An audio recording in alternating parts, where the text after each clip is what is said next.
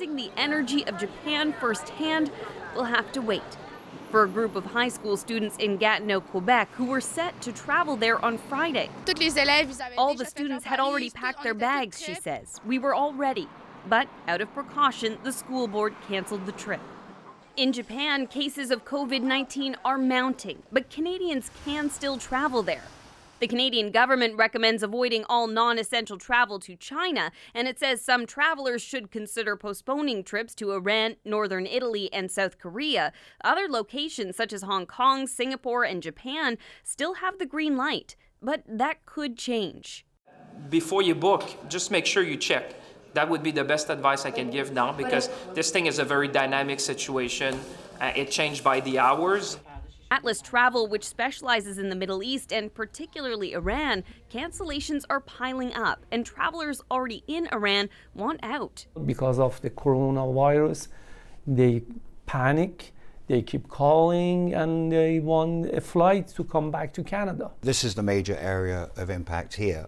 G Adventures has called off all trips to China, but most of its travelers are changing plans rather than canceling outright. There's a general fear around the place as this is spreading, but I think our clients are smart. I think they're making intelligent decisions that, maybe East Asia is not the place to go right now, and if that's the case, I can go somewhere else.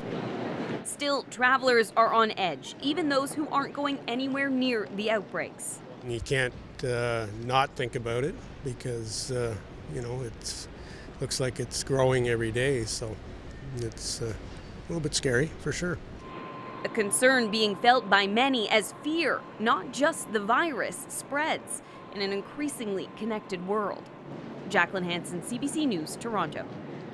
Global financial markets are also feeling the fear. Stocks slumped again today, piling on losses a day after U.S. markets suffered their biggest drop in 2 years as American health officials warned the spreading virus could lead to, quote, severe disruptions.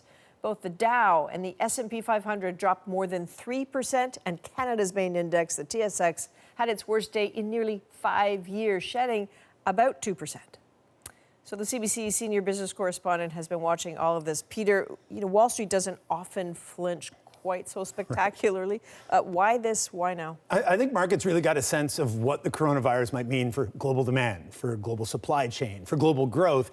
And with that began the sell-off. And the interesting thing there wasn't just how steep the losses were, though they were, it's how broad they were. That, this wasn't just the tourism industry or the travel industry anymore. This was a broad sector-wide sell-off. And you brought up that chart showing what it's looked like over the last couple of days.